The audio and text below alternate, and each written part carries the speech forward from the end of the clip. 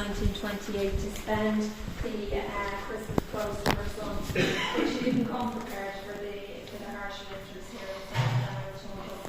And she caught pneumonia. And she actually died in January in Mary Kyle's house. So I'll point out to you Mary Kyle's house. So she died in January 1929. So heartbroken was Padre Pio that he couldn't attend her funeral. So he watched, he sat in the window of Mary Kyle's house and watched as the funeral passed by. And then we had Grazio for Giovanni, as I say, he was kind of a quirky character. So he went on, he moved to San Giovanni Rotondo, and he went on, he lived until 1946, also dying in Mary Kyle's house. As I say, we have the room where little Francesca was born. We have a panoramic view of Pietrelcina. We have the tower that we saw yesterday where Padre Pio, where he stayed during his time in Pietrelcina, when he was able to climb those steep stairs.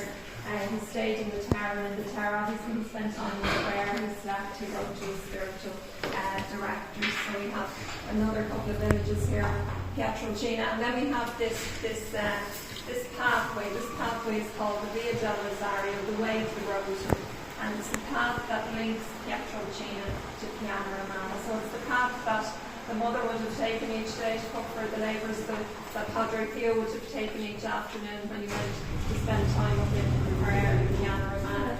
Then we have the Madonna della Libera. We know that Padre Pio had great devotion to Our Lady, and the Madonna della Libera is the protectress of Pietrelcina. And in Padre Pio's time, and it's obviously the feast day still remains the same, the feast of the Madonna della Libera takes place over a 3-day period in early August. And during Padre Pio's time, the landowners would maybe donate some of their crops to the church. The more affluent people would arrive with candles, and pinned to the candles they would have notes of money. And then there would be a committee formed that would take note of what you give, what I give, etc. And whoever donated the most had the privilege of carrying the statue of the Madonna della Libera in procession in Pietrelcina. So money's go given then. And then in the statue of the Madonna della Libera, you'll find in this St. Mary of the Angels, the Church of St. Mary of the Angels, which we also saw yesterday, where Padre Pio celebrated his first Mass.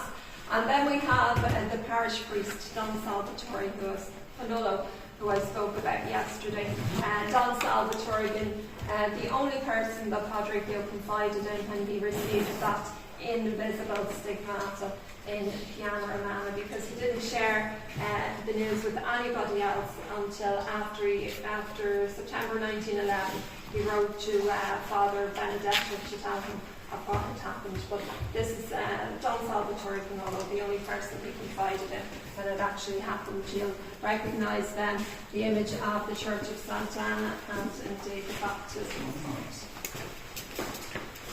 And then lastly we have some images of Piana Romana. We have the remains of the tree we saw yesterday, which are kept in the little chapel dedicated to St. Francis of Assisi. And then we have the farmhouse, the Borgione farmhouse. And then we have a photo of Padre Pio taken when he was just 24 years of age. Okay. So next stop is